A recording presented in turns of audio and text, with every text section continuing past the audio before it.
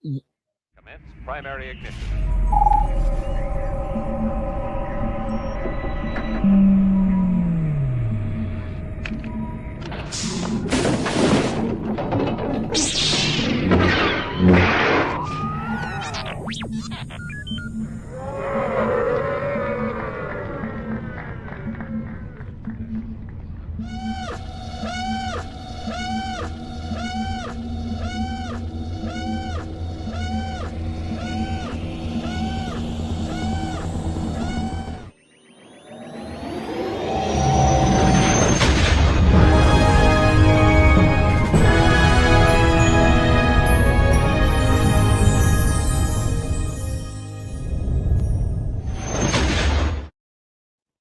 Hello, everyone, and welcome back to the Live at Lightspeed podcast. My name is Colin.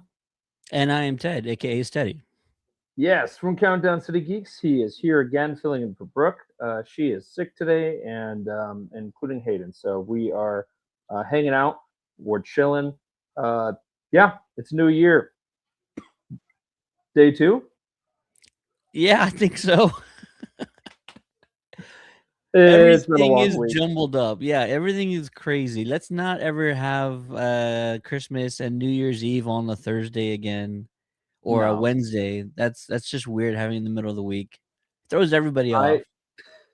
I lost complete track of just the outside world in general between those days. And then on top of that, Stranger Things also happened because we had our New Year's Eve party, and then no joke, as soon as midnight hit, my wife ran over to the TV and was waiting for people to leave so that we could watch it.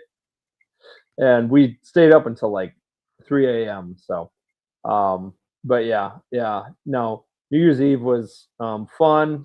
We had a big, party here. It like because our garage is a cantina.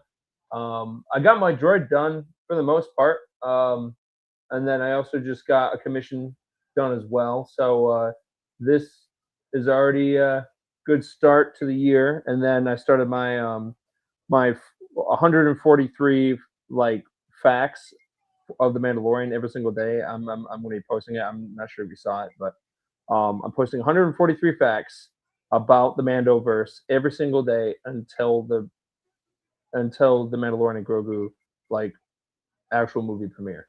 So every day I'm posting on Instagram and TikTok. But yeah, I love it. Can't wait to see all that stuff, man. Mhm. That's a lot of work. It is, and I've got a Disney trip planning of coming up in a week and a half. So I'm recording a bunch in one day, and then I got stuff I'm doing for VCM as well that I'm going to be doing a bunch tonight for. So yeah, it's go go go. For people in the live stream, thank you for hopping on and watching. Sorry about it being late. It was kind of scattered all over the place, so just kind of finding things today. But yeah. Ted, how are you? How's your year going? It's going slow. I've been celebrating by treating every day like a lazy Sunday. So I'm not getting a ton done. Okay. But I tell you what, you and I have been talking about this recently. I experienced the finale of Stranger Things Yeah. in a theatrical setting, and I do not regret it one bit. I feel like this should be more of a trend going forward for like high profile series and shows, especially ones that are like on this big grand scale. And Yeah. numbers are not too shabby. I saw an estimate of about 25 million, and that's just literally like a day's worth of showings. It's like one showing on New Year's Eve, I think, is all they could Yep. afford. And then like I saw showings as early as 10 a.m. Yesterday, probably going through Yeah. as late as like 10 p.m. at night. So let's say about a full day's worth of showings and some change, 25 mil. Not bad for a single day. No, no. And I think, you know, Star Wars has technically already done this because they actually did this with Ahsoka. It was the main episode of where we see the flashbacks with like from the Clone Wars with like Anakin and stuff. They actually had a screening of that in theaters, but I don't think they charge anyone. I think you like I think it was like a free screening. I think you just had to like go online and apply for it.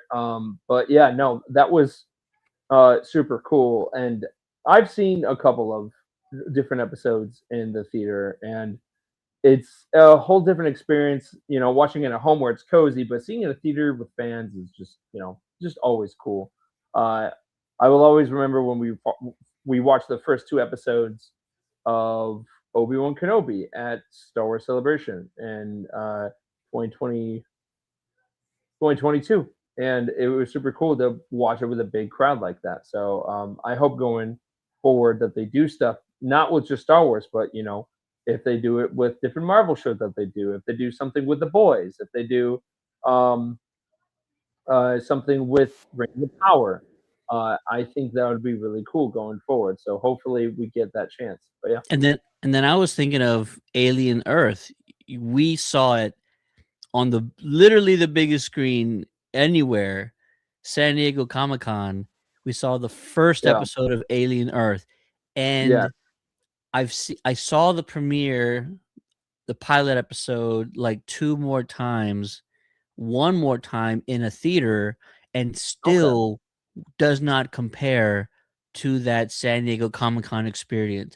I'm telling you, the largest, most booming sound system you'll yeah, ever find. That I will put my money on that. There's not an IMAX screen that I've seen or been to or heard of that like even comes close to that entire audio system they have in that Hall H venue. I mean, you felt everything that happened in that episode.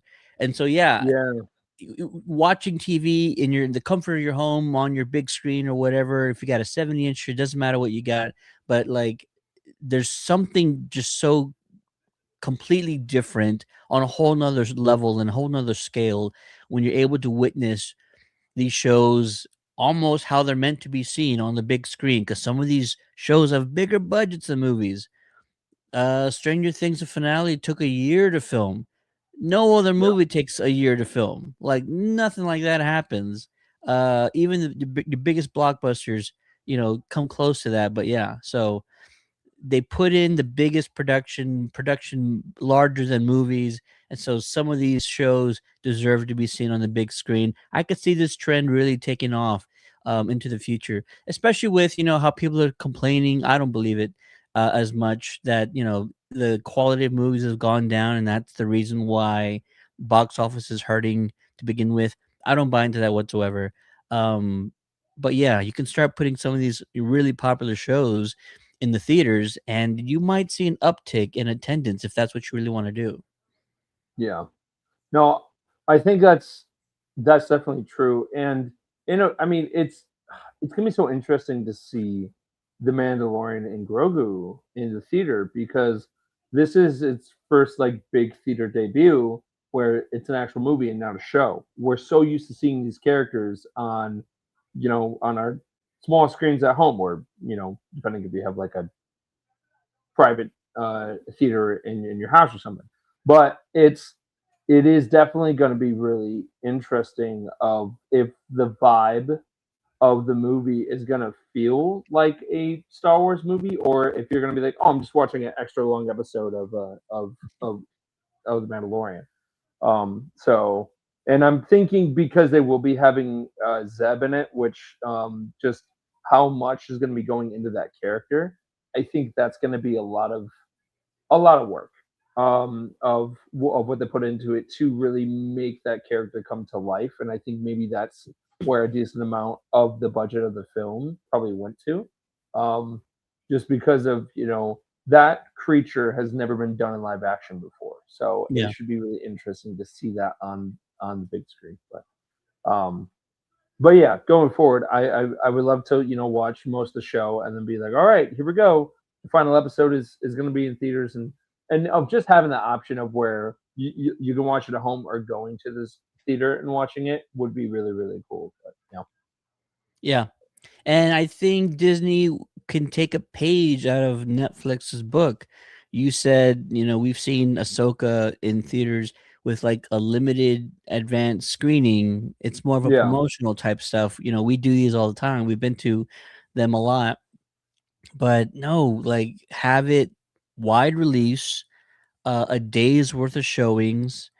Theaters will be more than happy to dedicate a single theater to a theatrical release of a popular TV show or something like Mandalorian and Grogu. A day's worth of showings, you're bound Yeah, to not only make some good side money for it, but also help get the buzz out there and help have folks with and having a better experience than just watching it in the comfort of your own home. You've been in movies for a long time. I mean, like you've been working at a theater for a long time. I got my yeah, start. My first job was working at a theater. I'm not even kidding. Like the experience of watching something for the first time can also depend a lot about how you're doing it, like the quality of the manner in which you're watching it. If you're yeah. watching it with great picture, great sound, great environment, you're more than likely bound to have a better experience as opposed to, something negative happening, um, either because of you or like outside interference, whatever else. Like I've been to movies where I've had a bad experience because of, someone talking, something else being disruptive, and so that ruins the entire experience. So what I'm trying to get at is have some more of these theatrical showings for your shows in the best possible experience for fans, and you will create a larger buzz in doing so. And we'll I 100% agree. Yeah, be more than yeah, happy to pay money to see Zeb on a big screen. You know what I mean? yeah, Like, yeah, yeah. And I mean, and kind of tying back to Stranger Things, Sean Levy, who helped write and direct a bunch of episodes in Stranger Things. He is now directing, Star Wars Starfighter in 2027 when that comes out. So I'm really excited to see what vibe that he brings to the Star Wars universe, just because he he did Deadpool and Wolverine, he did Fall Guy, um, Free Guy, Fall Guy, Free Guy, free guy. Free Guy. Sorry, Fall Guy. I You're was like, good. but yeah.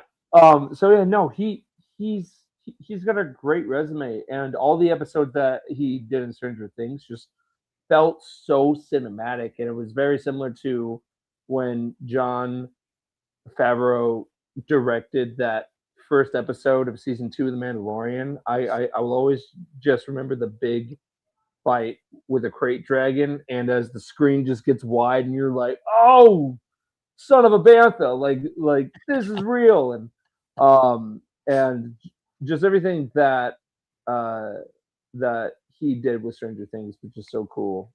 So I'm excited to see what he has to bring to the table for Star Wars. I'm super 100%. pumped for that. Absolutely. Yeah, yeah. So with that being said, let's dive into all the cool stuff that's coming out this year. But before we do, thank you to VCN, Virtual Cantina Network. They've got a bunch of big stuff happening this year and next year, and just beyond. Most incredible people. Go to their website, virtualcantinanetwork.com. We are just uh, a flavor of ice cream in the ice cream truck that is VCN. There are so many other channels out there. Go to the website, see all of the other great channels that are part of the network, and go and check them out. And tune in for more info about the upcoming uh, Boonta Eve parties that are happening this year and next year as well. But yeah, super, super exciting. Um, yeah, so for show wise, we got Maul Shadow Lord, which has no official release date yet, and then we have the Ninth Jedi, which is a spin-off series from Visions, and that will be, since Disney has gotten the franchise, it'll be like its first like actual full series that is not canon, and that's going to open up a lot of possibilities in the future if it goes well. Because if they do a full-fledged series where it's just like it's the main story, because you could count all of the seasons of Visions, because all those aren't canon. But I'm talking about like this is the first full-fledged story that is not canon, where it's like just a main TV show that they're doing. So it's gonna be really interesting of how that turns out, because I really enjoyed those episodes.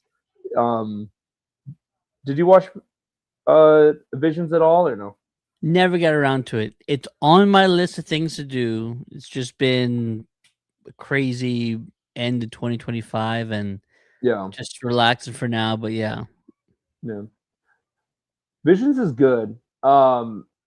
It is anime. I was never the biggest fan of anime growing up, but what's so great about what they did with Visions and Star Wars was it was just a bunch of different artists that was and different directors that were having their take on Star Wars of what it means to them and what it could be, and just paying tribute. And each episode is very unique and different, and it's such a cool project. So I'm definitely um, I'm definitely looking forward to the Ninth Jedi, and if it does well, it could open possible doors to other non-canon shows. Because I think a lot of people would love to see something with the Force Unleashed. I think that would be really cool, because we know that's not canon anymore, and maybe they could be like, we are continuing the journey of Force Unleashed, where it's like Force Unleashed 3, because the end of Force Unleashed 2, you had two endings of where like you had the dark side version of the clone of Star Killer, of where like he kills everyone, and then uh, he goes off and um, hunts for people, and then there's the other one where the light side version of Star Killer ends up like not, he ends up not getting killed by the clone, and then they capture Vader, and then the final scene is Boba Fett going after Vader in hyperspace. So I would love for them to continue that story. So who knows? Who knows? I mean, I know Sam Witwer loves that character, so with the Ninth Jedi, they could definitely open up the door to other possible shows where it's not canon. I think that would be really cool. well, they need Um, to hurry because Sam is he's not getting any younger, and he actually looks younger dare than he you? really is. But he's Mhm. he's no spring chicken. So if they want to do something like that, do it soon. That way, Sam can actually do a lot of the practical stuff and It some could of the be, stunts. yeah. Yeah. I I mean, it could be animated. They could definitely go in the Clone Wars animation style way. You know what kind of animation style that we haven't seen in a long time? It's the one that Bob, that Bob Zemeckis came up with for like Polar Express, Beowulf. Mhm. Like we haven't seen that animation style in a while, and I think maybe if they did something up with Force Unleashed, it'd be cool. I might be the only one in that realm that is thinking that, but yeah, I still want KOTOR. Like, I'm down yeah, with yeah, Force Unleashed. But yeah, more KOTOR. Anything KOTOR. Give us Revan. Make something happen soon. Which there's been a lot of rumblings, right? Like, and they yeah. announced the new game that's supposed to be in that sort of space. Fate of No, the Old Republic. Yeah, yeah, and so I'm gonna be very hopeful that it's not just a reference. We don't want KOTOR 2 as a reference point. We want to see like actual not only inspiration but inclusion of those plot points and those stories and some of those characters and that lore. And so I really hope it's not like some sort of spiritual successor or sequel to KOTOR, but like full-fledged actual sequel. And I also yeah, hope it doesn't take like 5 years to make, which they said not 5 years, but that yeah. doesn't leave a lot of room for like being hopeful. So make it to late 2027 release. I'd be happy with that. Yeah, I like. I mean, there's a lot. There's a lot that can happen. in uh, on these big projects. For example, you had Star Wars Eclipse that was announced almost 5 years ago, I think. And I remember that when that trailer dropped, I was like, "Oh wow, like this looks really good," and it takes place during the High Republic era. And then they said, "Oh yeah, it's like 5 or 6 years out. Like it won't come out until 2028 or something." And I was like, "That's why on earth would you drop a trailer? Like that's crazy." And then they just stopped talking about it. And at one point, it sounded like it was canceled, and then they kept saying it was going, and the status of it is unknown. And I remember, you and me being at San Diego Comic Con, and we were walking around near the Star Wars booth, and I started hearing the trailer, and I looked up, and they're playing the trailer for Eclipse, and I leaned over to a Lucasfilm employee, and I was like, "Hey, what does what does this mean?" And he's like, "You have to wait and see. I don't know." And I was like, "Don't do to that, me man. Come on." But yeah, so yeah, I was gonna say I really would hope that we would get the new Knights of the Old Republic sooner than later. But yeah, Yeah. It was pretty epic just seeing that announcement trailer at the Game Awards, which were not yeah, too long ago. yeah, And for me, I'm always pessimistic. I'm never optimistic about announcement trailers. I really don't watch the award shows or like the Game Awards thinking we're gonna get something that's gonna blow my mind. yeah, And I get surprised every single time. There's always one or two announcements. I'm like, okay, you guys are really doing something now. That one is so unexpected that yeah, that's pretty exciting. The only thing that would be more unexpected would be like a new Half-Life game or like a Left 4 Dead game from Valve, which if you know Valve, the video game company, they're notorious for not ever putting out like a trilogy installment in any of their projects or their franchises. So probably not going to happen. But yeah, that's exciting, and I hope this is a sign that they're willing to, dip their toe back into the old Republic sort of story and lore and really dig into that. This might be the beginning of a new era. You start putting out games, you start putting out visions episodes with some of these characters and some side characters from this era, and then you yeah, start digging into live action stuff, and hopefully there's a movie on the horizon somewhere, or at least a series. An Old Republic yeah, series would absolutely be incredible. It would be the greatest thing ever, and you don't have to rehash the story from the game one for one. You could also just do it as a side character, an unknown, watching the events unfold. I would also yeah. dig something like that, but we'll see what happens. I remember at Star Celebration 2019 when a couple of us thought, I mean, so at that point it was rumored of Ryan Johnson's trilogy that he was going to end up doing was going to be something with the Old Republic, and that excited a lot of fans. And there were a couple of us that actually thought that they were going to officially announce that at Star Celebration 2019. Obviously, it didn't happen, but um, uh, it's just something that the fans want. I I would love to. I mean, like how there's just so many projects where us fans are just like, "Hey, I really want this. This would be really cool." And there's a bunch of people saying it, but then they don't make it. My thing is I would love to go and ask them, be like, "Why haven't you hopped on this? What's the reason for not doing that?" And then maybe us fans would have more of an understanding. Yeah. Um uh and I get it could be of just finding the right story or something like that. It's just like it's so interesting that it could be the most simple thing that and or something really tough, and then that's why they're not making that project. But they're not going to tell the public everything, and I get that. I understand that they wanted to be a surprise, and but it's just I would really like to know why we haven't gotten a Knights of the Old Republic TV show. and we got, you know, a High Republic TV show instead.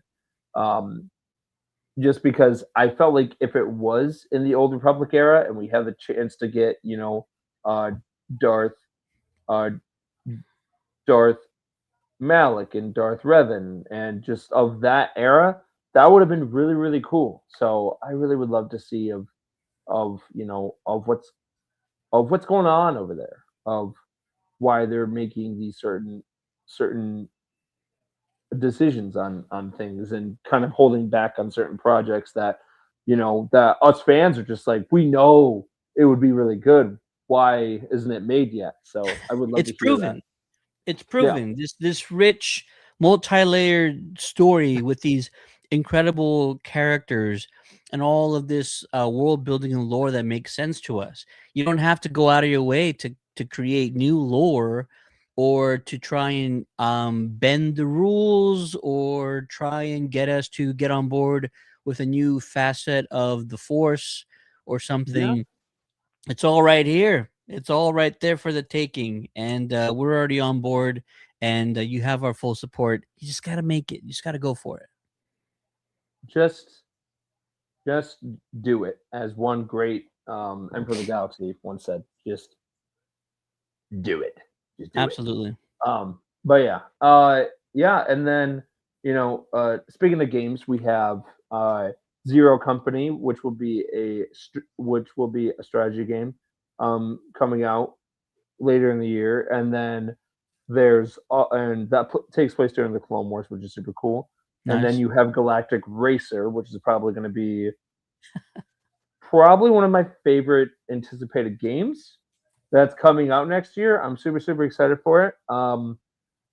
Yeah, yeah, I was gonna say, I love the old Pod Racer games, even though it's Yes. not a Pod Racer game. Um, it will feel like it, and it's funny because so Boba even makes a cameo in the trailer, and you're just like, pod racing has evolved Mm, because because of from what we saw, there's like, you know, different broken ships where like they've added different parts to it, and then they've also like of different broken down speeder bikes that they added parts. It kind of reminds me of what we saw in the Mandalorian season 2, of where Cad Bane adds like a pod racer engine to his speeder bike, and for a while everyone was saying that's Anakin's pod racer, and that's not uh, at all confirmed. But everyone saw the same engine, and it yeah. sounded the same, but it was never confirmed, and I thought that was always funny. But yeah, I would love to do something like that in the game, and then you can race online with friends and everything. So I am looking forward to that game. That game looks pretty fire. It's interesting that that was announced because I was going through. I don't have a lot of time for video games. I wish I really did. So when I do, I go through like my library of stuff or my daughter who's kind of getting into video games right now. I'm Yeah, looking for new stuff for her to play. It's slim pickings if you're a parent and you're trying to, you know, make sure they have a good experience but not get into anything too ahead of their maturity level. And so while I'm going through the library of games and like some old games that I used to play, I found Pod Racer. I found the pod racing game, the old yeah, one, and I'm like, "There's no way this is the same thing." Downloaded it, played it. It's the exact same. It's probably a little bit tougher since I can't tell you why, but the controls, I just they weren't coming back to me right away, so it took a while to like kind of figure it out again. yeah. But yeah, it's the pod racing game, and I'm like, dude, this is so cool. It's weird how when we played it, the graphics were like so amazing, and now you Yeah. look at it again, it's like, oh man, it does not look how I remembered it at all. So No, yeah, it's cool. no, I completely agree with that because of I remember growing up playing the Halo games, and now they are in the first stage of remastering those, and there was a like a gameplay trailer and just a trailer in general for Halo Evolved, and they've remastered it, and it's with like today's graphics, and it's absolutely bonkers. It's absolutely insane. Uh, and then, um, you know, of the new game with Galactic Racer, I'm really curious of how that's going to look. Uh, I might have to, I don't think there's going to be a new gaming system by then. I don't think it's going to be like the PlayStation 6 or anything like that, but we'll have to see. But yeah, definitely excited for Galactic Racer. Don't know about Zero Company yet. I'm waiting for a full out game trailer. Because we just got a teaser and we saw some gameplay, I think, but I want like the full thing like before I jump on it. But yeah, yeah, those are I'm super surprised. I cool. thought I thought you would just be all on board, give it a shot. Well, I am so strategic games like that can be a swing or a miss for me, which is funny because of there's one card game I really like, which someone made a mobile game for it where it is Sabak of but they turn it into a mobile game and they have all the versions of Sabak on it. But with the game, I don't know. I'll have to see the full trailer and it'll be my decision from there. But yeah. Yeah, Yeah. hey man. Yeah. And then your Mall Shadow Lord looks very good. We got some teasers from Sam Witwer over at Rebel ScumCon, which was super cool. And then people who went to Star Wars Celebration had the opportunity to go see the trailer, and somehow it leaked online. Shocker, just because uh, that stuff leaks all the time. But it looks good. I'm really excited, and it's very similar to the animation of what they did in the Clone Wars. It takes place 1 year after the events of Order 66. So uh, Maul has, he's been on the run, he's been surviving, and then he's going to try and build everything up that we eventually see in the underworld with of what he was doing in Solo and all that stuff, down the road. So it should definitely be interesting. There is no confirmation of when that's going to come out, but there are hints because you can actually order some Mall Shadow Lord merch. For example, they have the um, Mall figure that is from Mall Shadow Lord. You can pre-order that, and that's going to be available in March. So my suspicions is that it will be around the springtime, and then uh, you know going into spring, in May, you have the Mandalorian Grogu. Most likely, they'll probably have another thing of Tales because we've had Tales of the Underworld, Tales of the Empire, Tales of the Jedi. So we'll probably get that fourth story. Um, so yeah, and then not 100% if Ahsoka season 2 is happening. We did get a sneak peek from Rosario Dawson of what Ahsoka of what the logo looks like because she posted a picture of her jacket, of her crew jacket that all of them were given for filming season 2. And she posted that on her Instagram So you mean you don't know if it's yesterday. happening in 2026? Is that what you mean? Yes. Yeah, yeah, yeah. There's no confirmation that Ahsoka season 2 is happening in 2026 yet. Uh, because I think there was an advertisement for all the upcoming Star Wars projects of this year, and Ahsoka season 2 wasn't listed on it. I kind of expected them to premiere it late 2026. I'm thinking Um, that too. yeah, usually after they wrapped, and I know they wrapped late in 2025. I don't remember the exact time frame, but like production usually takes 6 to 8 months, I think, for Yeah. a show like this that requires heavy VFX, a ton of editing, a ton of marketing, all that kind of thing. So I kind of expected a late 2026 release regardless. Don't they kind of do like November-ish kind of premieres for a lot of shows? I feel like Mandalorian did that at one point. So I Yeah. I think they Yeah. might try and do something like that. But Out of everything that Star Wars is doing in 2026, I feel like that's the thing I'm looking the most forward to, because season 1 has proven you can really aim high and really stick the landing. I mean, they really were bold with so many things. Kind of introducing a gray Jedi, if you want to think Balin's kind of like that or not. Yeah. um, we had zombie troopers for the first time ever. You don't want to call them that, that's fine, but I'm a zombie fan, so I'm gonna go ahead and do that and call them zombie We troopers. they were calling them like, they were death troopers, like the original death troopers, because in Legends there actually were zombie, type troopers, and they were referred to as death troopers.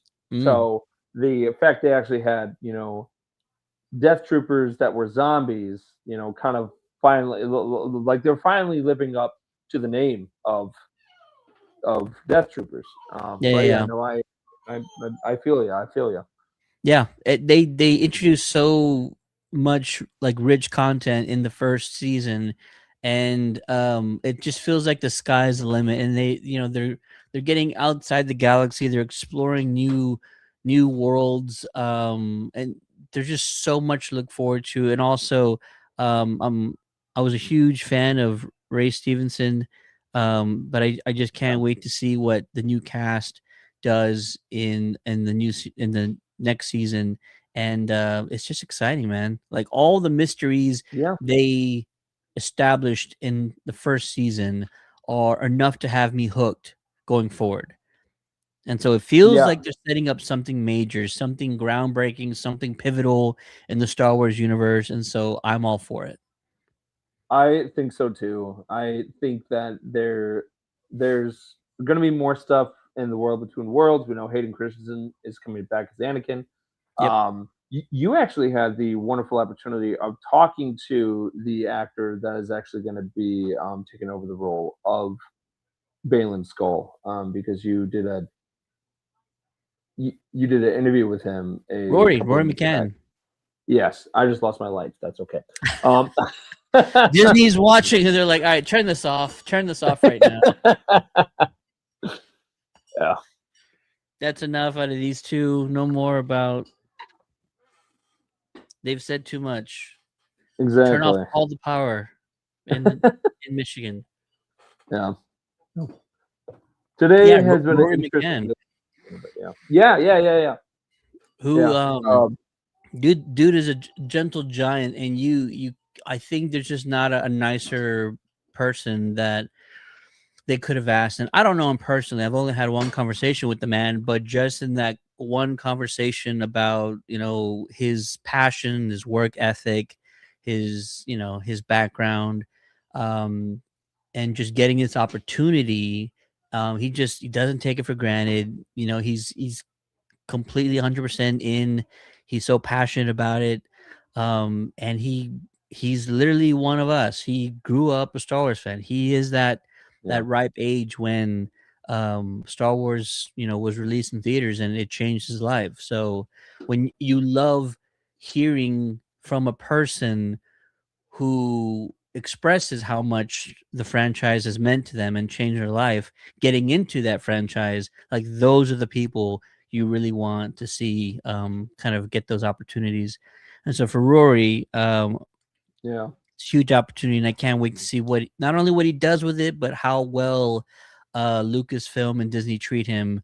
Because keep the man around, really do Y- something with this character. The fans are hooked. The fans are on board with Balin. So it could go past Ahsoka. You could do something in between Ahsoka. You could do an animated sort of like who was this guy before?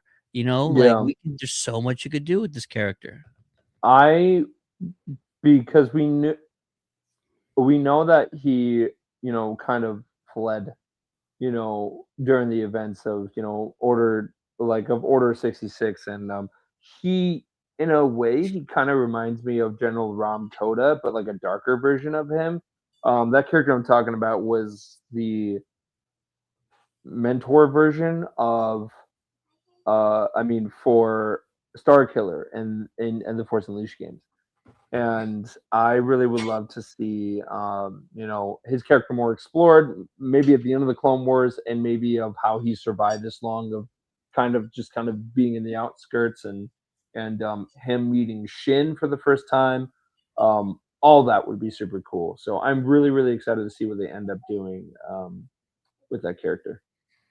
And to me, he kind of feels like a Count Dooku in the sense that Yeah, like he sees the flaws and the fallacies with the Jedi Order, and so he knows like they mean well, but they're not willing to do everything that's necessary, and so yeah, he's sort of doing things that he feels are necessary for the greater good, which makes him a fantastic villain because he's got this conviction where like he feels that what he's doing is the right way to do things, and he's sort of siding with the remnants of the empire, but it also feels like he doesn't fully agree with everything they're doing. Like he's kind yeah, of got this barrier in between himself and them, and he's just willing to kind of use that partnership for his own gain or for the whatever he's trying to accomplish. And that's sort of the biggest mystery is what is Balin Skoll trying to accomplish that he feels is worth traveling to these distant galaxies and siding with the evil remnants of this empire in order to do so? Like yeah, a person or a character with that much conviction is really fascinating. And so to me, he kind of feels like that Count Dooku because we got to finally see those events when they put out that animated stuff with Count Dooku, yeah. uh, And Tales of the Jedi. Yeah, Tales of the Jedi, and that was incredible, man. Like I loved kind of see, I love the hero's story. What I love more than that is watching a hero's sort of tap into that dark side nature and sometimes fall. And it's great to see them kind of come back to the light or good or whatever you want to call it, or battle evil later on. But just seeing those transitions, and if it's done really well, like how they did in Tales of the Jedi with Count Dooku, like that was yeah. incredible, powerful stuff. Yeah, no, I 100% agree because of everything that happened with Count Dooku. I think all of the writing was just beautiful. I found the acting was great, and uh, something else that's really interesting is that Balin Skoll had a very similar view to the Jedi Order as Count Dooku did, and uh, and the way that he talked about how the Jedi, um, like of just the way that they looked at everything was like kind of like a fairy tale, and Shin was like asking um, if like he missed being a Jedi and of being part of the Jedi Order, and of his answer was very vague, and I think it's because the same view that Count Dooku had, well, which was that the Jedi lost their way. They they got clouded by greed and politics, and I think one example in Tales of the Jedi was when Dooku and Mace Windu got back to their they got back from the mission. They went to the council, and it looked like that the council position was actually supposed to go to Count Dooku, but Mace Windu went for a power grab and like kind of threw him under the bus, and then Mace Windu got that spot on the council instead of Dooku, and it's really really interesting uh, to uh, to see that side of Dooku that we've only heard about, but seeing it on screen in that performance was really interesting. And I think if they did something very similar with um if they did something very similar with Balin Skull, I think that would be great. And if it is an animated form or they end up doing a live action of where maybe he goes into the world between worlds and we see more stuff from the past and everything, that would be super cool. And I could definitely see maybe when Balin Skull does go over there and somehow he does tap into the world between worlds, he does encounter Anakin Skywalker, and we end up seeing a lightsaber fight between these two characters. That would be really, really cool That would because be insane. Balin Yeah. Skull knew Anakin. Yeah. Yeah, that would be cool. That would be Yeah, very, very yeah, cool. that's drama right there. That's the epitome of drama. How does he react? Is it he might blame Anakin for, things going the way they have, and the reason why Balin's out here in the first place might be because of those events of Order 66. So he Yeah, actually might, kind of make him the face of, like, you are the reason why I'm risking my life out here to kind of do something. I don't know what Balin feels could actually fix things other than yeah, time travel. Are we going to hmm see that kind of a thing in Star Wars? I yeah, doubt it, but, like, what else could possibly, set things right in Balin's mind that's actually, a possibility for him? That's the million-dollar question. yeah. By the way, I'm really glad that my theory was wrong for Stranger Things and there wasn't time travel. I'm so glad I was wrong. I mean, it's just there were so many hints of different time travel things in there, and when they ended up not going back, I'm like, you know what? I'm really glad that they didn't, just because I just felt like that would have added to a whole other thing to Stranger Things of just to make the plot more like crazy. So I'm glad they didn't do that. But one thing, and I know we're still in the hype of Stranger Things, but I have to say this is that I hope I hope they end up putting a live recording of the stage play Mm, from what they did with the first Shadow, because no joke, there were certain scenes in the finale that you had to have gone and see the play to fully appreciate and understand those scenes. And so I really hope that they end up making that stage play and they end up like doing a live recording, kind of like of what they did with Hamilton on Disney Plus, but do it with Stranger Things and then they put it on Netflix because that is a chapter that I think needs to be seen for all the public. And not everyone has the opportunity to go see plays and fly out to New York and all that stuff. So I really think that they should definitely do a recording and put that onto Netflix so then people can watch it. But yeah, um, uh, but yeah, time travel. I could totally see them doing that again. I could see them more stuff. I know you would really, really wanted to put on the Clone Wars armor for his for Obi Wan Kenobi. Everyone would love to see Clone Wars Obi Wan, you know, live action. It'd be so cool. And him alongside Hayden and his Clone Wars armor would be just awesome.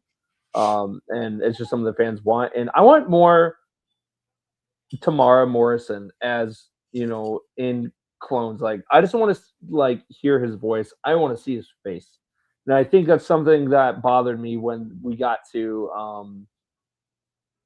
that episode of the Clone Wars of where we saw. I mean, of Ahsoka, and and it was a live action part, and we saw the clones, and we actually did see the clones with their helmets off, but magically they all had like these bandages across their faces. Every single one of them did, and I was like, just seeing the clones' faces alongside these characters would have been so cool. And seeing Rex for a split second was cool, but I think Tamara Morrison actually like out in the field as these clones. As old man Captain Rex, of where they're in present day and then the timeline would be super cool. So I yeah, season two is just going to be crazy, man. It's going to be absolutely insane, especially from that concept trailer that we got over at Star Wars Celebration. I'm not sure if you've seen the footage for that, but it's crazy, absolutely insane. Um, there's like different monsters. There at one point, Chopper has a blaster, and it's just like, yeah, it's just going to be crazy. It's going to be absolutely insane. can't wait. But yeah, yeah. And then going beyond, there have been rumors of a other new Republic show of like of something happening like during the Mandoverse, like a different show, kind of like Skeleton Crew, like where it takes place in the timeline of the Mandoverse. Um, and then we know there's the James Mangold film Dawn of the Jedi, which takes place 26,000 years before the events of the prequels. Um, we don't have a release date on that. We got nothing with it at all, except we know that James Mangold is making it, and we know that it's going to be a biblical film of the Force, and I think that's great. I think there's a lot of pressure riding on that because, in a way, I think this might be the discovery of what the Force is, and the Force is a character itself in Star Wars. So there's a there's a lot of pressure on there of kind of getting into that philosophy on how the Force was discovered, and and how it came to be, and who the first Jedi was, who the first Sith was, and of how maybe how things were very black and white, and how that affects going forward into the timeline of where we see the Jedi eventually fall more towards the dark and they get blinded by corruption. So yeah, no, that movie is definitely on my list. I'm very interested in that one. I just think there's a lot of pressure making it, just because the Force is a huge thing. Like that's the thing that binds the galaxy together in a sense, and that's exactly what Obi-Wan said all the way back in 1977. So it's a I feel like there's a lot of pressure running on that film.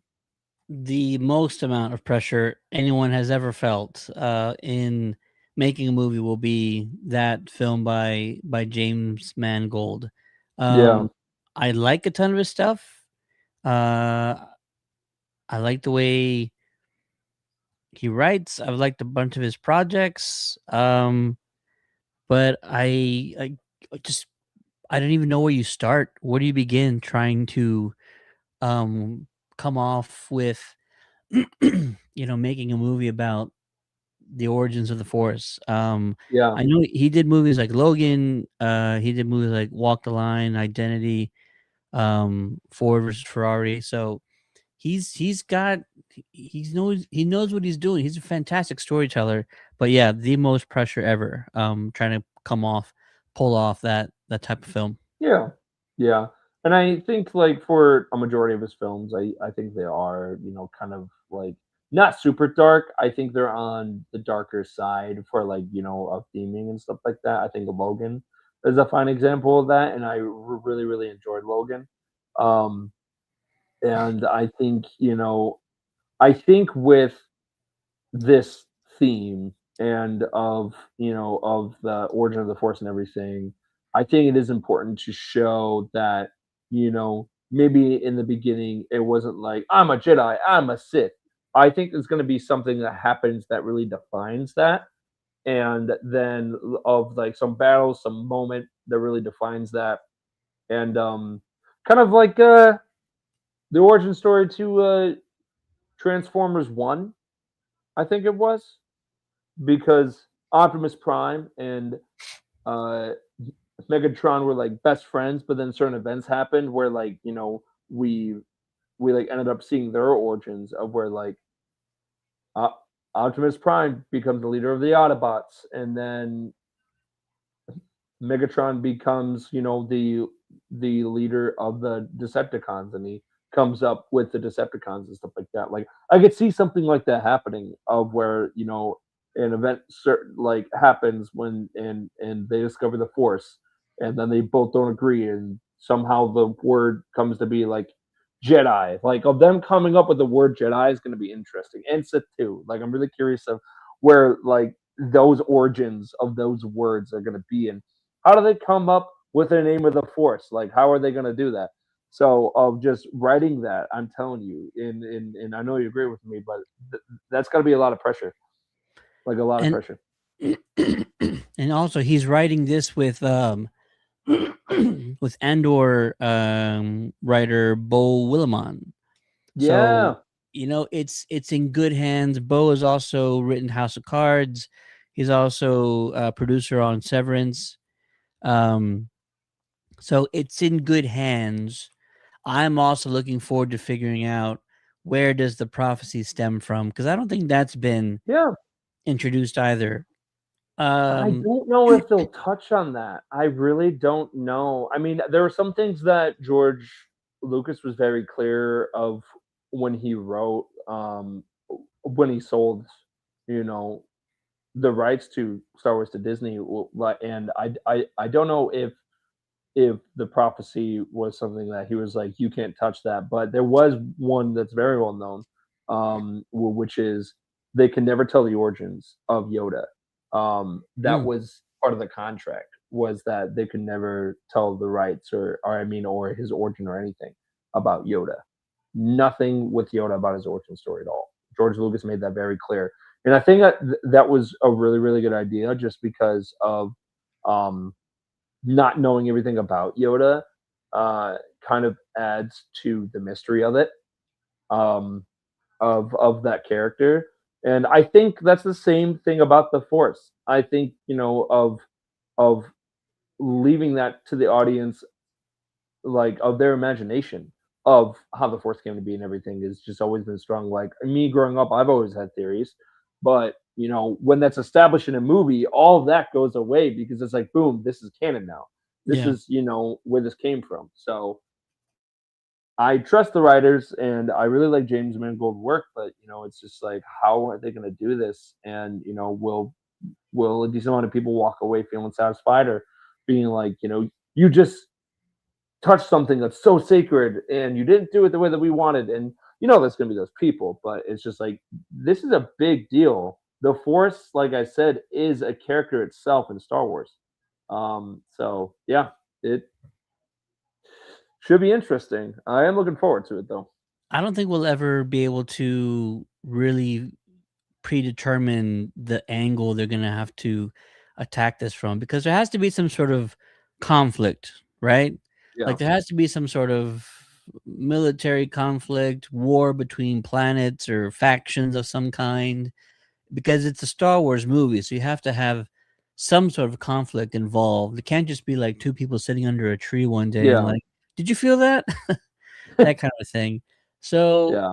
it's gotta be something along those lines, and then, do you are lightsabers something that were kind of around and they were only adopted Right. by the Yeah. Jedi, or Yeah. did did someone just say, like, "If I take these crystals and I put them with all of this, and I'm listening to these instructions in my head that I don't know where they're coming from, and suddenly you have this, this elegant weapon."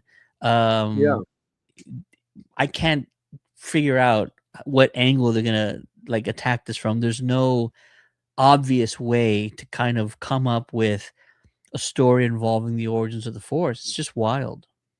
They could. So there's a planet called Ilum, and um we see it in the Clone Wars. We see it in Jedi Fallen Order, and then actually that planet ends up becoming like the vessel for like Star Killer Base. And that planet was, one of the main planets that had kyber crystals, of where you could go, and then Jedi younglings would go through the ceremony of finding their crystal in the caves, and then that's how they would make their first Jedi. And actually, in in a certain episode of Clone Wars, that's where the character of Q Yang was actually introduced. And so I would love, if they did, maybe end up on Ilum, and they end up going into the cave, and they find a bunch of different things in there. So, yeah, it'd be super super cool. Deserve. Yeah. Um, Uh, Only they're still writing the script, and James Mangold was announced a few months ago to sign a 5-picture deal with Paramount. So oh I don't even know what time frame we're looking at. How long does it take to make 5 other movies? I yeah, would say probably 3 to 4 years, give or take 8 months for a project, or a year for a project, 4 to 5 years. So we're talking like his script's not done yet. He's got a 5-picture deal with Paramount. So we're probably not even talking. We're not gonna see anything related for a to while. him. Yeah. Yeah, starting production till like 2030, the earliest. That's being conservative. They Um, announced so many projects at Star Wars Celebration in London in 2023 because they announced that. They announced the Ray movie. They announced a big Avengers style type movie that Dave Filoni is doing. They announced a lot. They announced a lot of different projects, and this isn't the first time because if you look back at the investors call back in 2020, they announced like almost like 20 projects. There was something called the Droid Story. There was the Rangers. That there was Rangers of the New Republic, and there were a decent amount of projects that they announced that they ended up not doing. Like we still haven't heard anything about the Lando series. Um, like they're not in post production. All we know is that Donald Glover and his brother are writing for the series, but that's really it. That's all we really know. Um, uh, like for that series, and I think the Lando series would be really cool. I would love to, get more of Donald Glover in that character. Have Jonas come back as Chewbacca. Have Alden come back as Han. Um, so yeah, I think they just announced a bunch of different things, and that's totally fine. I like I mean I get where you want to get people excited, but it's just like Lando was announced 6 years ago, Ted. mm, yeah. 6 years ago now, which is absolutely insane. That we, haven't really even like heard about the main plot or anything like that. So yeah, should be interesting. Of They need to they put wait out. until. I mean, I think James Gunn's trying to do this, even though it's not worked out completely. They need to wait until a script is written, Yep. is done, it is approved, and they're already in like casting stages. Because even like with other franchises, DC being one of them, they've announced movies, they've written a script, and then they decide the script isn't really up to par, and so the Yeah. entire project gets scrapped. It was, forget what movie it was. They recently talked about some character in the military, I think it was. But Okay. yeah, not don't announce anything until like it's There's script an is actual done, script. it's approved, you have everybody on board to like green light the project. There's not one person at the table that says like, no, it's a bad idea. No, just it's done. You got a budget already, Yeah. announced for it or finalized on, and then you have production already scheduled. Like, wait till that moment before you actually start Yeah. telling fans about it. So it's just something for us. You know what series that I mean, and it's not Star Wars, but it is Lucasfilm and Disney related. And I was really bummed when they canceled it. It was the Willow series. They Yeah. I love the movie and was really happy when they turned it into a TV show. And then they have a TV show on. Apparently it wasn't well received and I was just like I liked it. I really enjoyed this. This was really cool.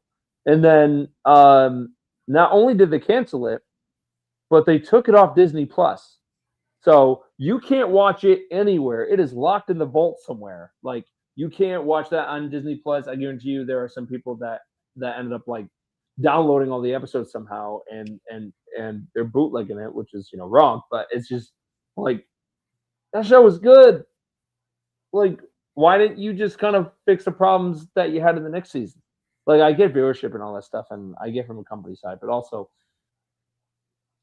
that was good. I liked Willow, so I'm really bummed that they did not continue with it. And I know that Warwick Davis was not happy about it, and I don't blame him. But I yeah, don't blame him either. Yeah. I think there's a lot to appreciate about that show. It was for me, it took a little bit longer for me to get emotionally invested in it. yeah, I'd say the second half was a lot better than the first half. yeah, Um, but I think there's also maybe not an issue, but like I think these studios have to understand the world is different. and the way you have to market to people is no longer the same. You just can't put out trailers and then you can't just say something in an interview. You Yeah. have to be cohesive with the messaging across the board and the targeting of your audience.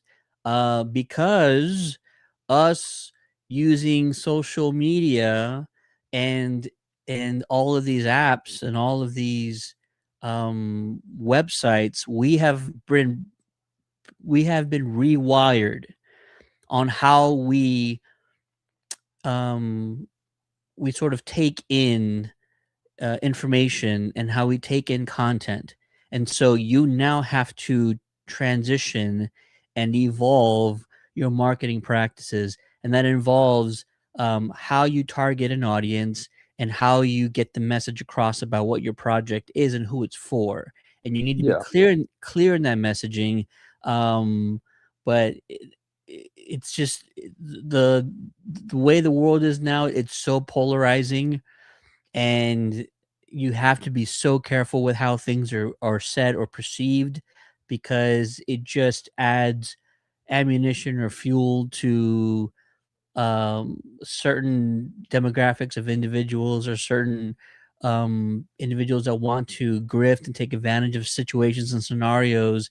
And so it sucks that's the way the world is, but that's the way it is these days. Yeah. And so the Yeah. messaging has to be clear, concise across the board. You have to change the way information is perceived and taken in.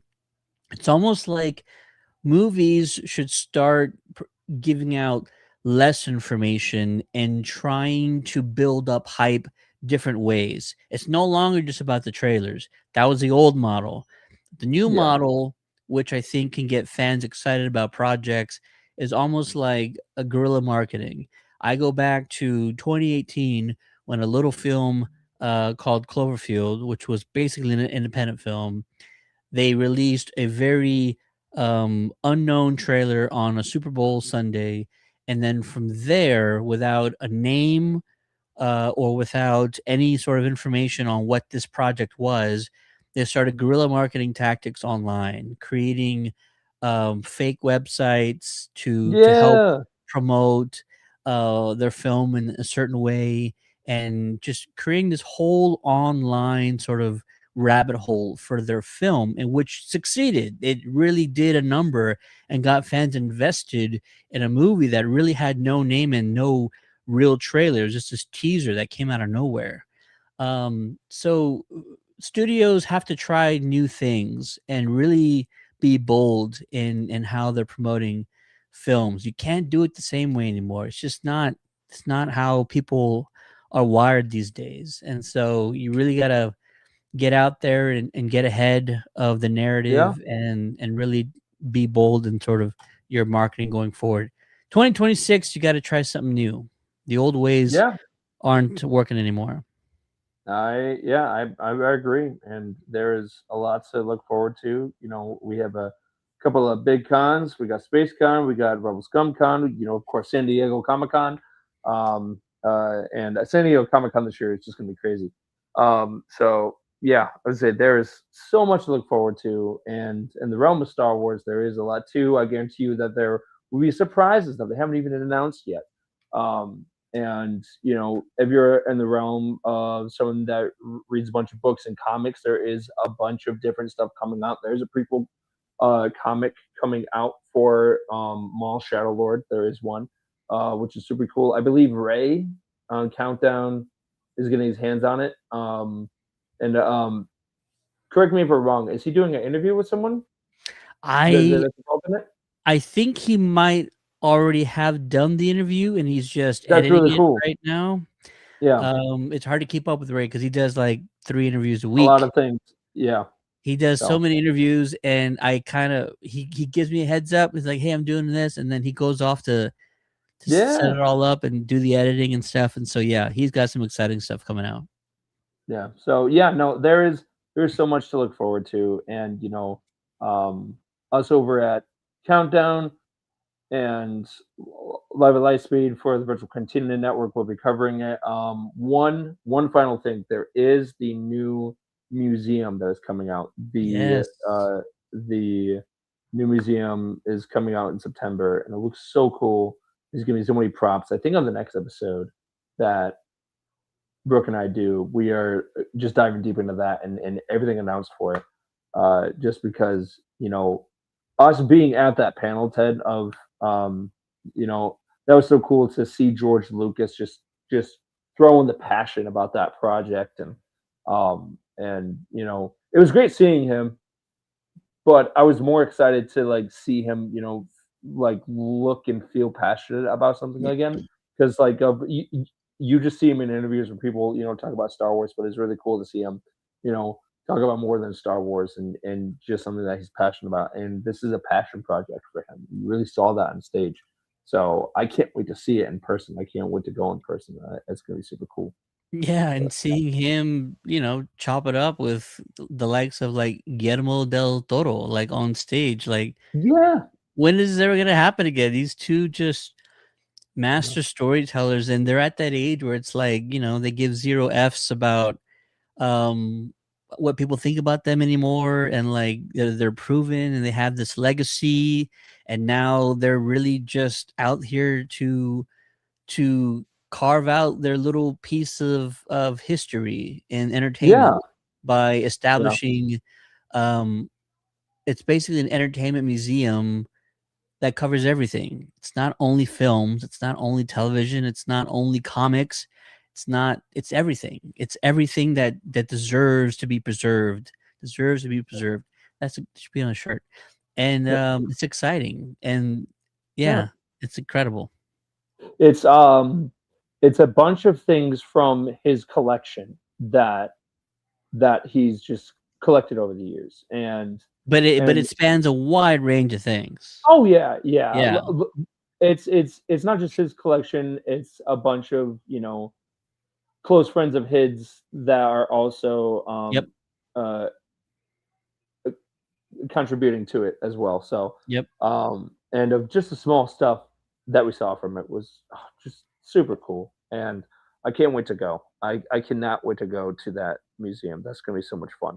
And I But think Robert Rodriguez is also one of the contributors to it, if I'm not mistaken. He was at LA Comic Con November, October-ish, and he did a okay. panel with a few individuals, and it was moderated by Yeah. Jessica Alba of all people. But it was all about this museum and Yeah. how George is kind of leading this initiative, and how all these directors and storytellers and movie makers are coming together and making this a reality. Yeah. Yep. So just adding that to the list. That's happening in September. So yeah. We'll dive deeper into that the next episode. But I believe that's everything. It's so funny because I told Ted, hey, there's not that much news. It's going to be a short episode, and of course I was wrong. What did I say? What Because did I say to that? uh, famous last words. Famous last words, because I've been podcasting going on Yeah, 11 yeah, years now, and every freaking time I said, "Yeah, it'll be a quick episode," yeah. hour and 40 minutes later, it's like, I'll stop saying Well, that. I mean, that just means that we really love, of the stuff that we're talking about, 100%. and when you're podcasting, and doing it, if you're doing it right, it's just two friends. They happen to have mics in front of them, and you lose track of time. That's a Absolutely. really great way to describe podcasting. So, Ted, it's always a pleasure. Yeah, check out everything on Countdowns to the Geeks. There's a bunch of conventions coming up. There's a bunch of different interviews coming out. Is there anything in particular that you want to advertise right now? Yeah, you know what? Yeah. So we're already starting our advanced screening movie giveaways. Right now we're giving away advanced screening tickets to Primate. And we have three major Ooh, cities we're releasing tickets to: Los Angeles, Miami, and New York City. So if you're in one of those three areas, going over to our website, countdowncitygeeks.com, go to the contest page, and find out how to enter into the drawing. Winners will be announced on Monday, the third, fourth, the 5th, Monday, the 5th of January. You'll get an email saying you're a winner. And if you do win, tickets are first come, first serve. So you still have to show up early. It's not like you just walk in whenever you feel like it. And all the details are on the website on where those screenings are taking place. And if you like going to movies like me and Colin here, we give away tickets nearly every week to Yeah. advanced screenings, mostly in Texas, but we do get out to some other major cities every now and then. So hopefully, you guys can win some tickets in the future. Yeah, yeah. I was gonna say there was a lot of films to look forward to this year, so definitely hop on that. Uh, for me, every single day for 143 days, like I said, I'm going to be posting a fun Mandalorian, like of just a Mandoverse fact from behind the scenes, lore wise, that you may or may not know. Just because I love the Mandalorian, I love the creative team behind the Mandalorian, so I'm very very excited to dive deeper into the lore of the Mando verse, just because we got the new movie coming out, and just talking about it may get me through the 141 days now until the Yeah. movie comes out. So yeah, but yeah, so I'll be posting on Instagram, and I'll be posting that on TikTok as well. So yeah, Oh, yeah. there you go. Cool. Well, from myself and Ted, thank you so much for listening and tuning in. Thank you for our live audience. Brooke will be back next week, and then the week after that, we'll be at Disney, so you can see all of our fun coverage of Hayden's first time to Disney there. So there you go. Yeah, it's Um, exciting. there you go. Well, thanks for tuning in. We'll see you next week. May the force be with you Always. forever and always.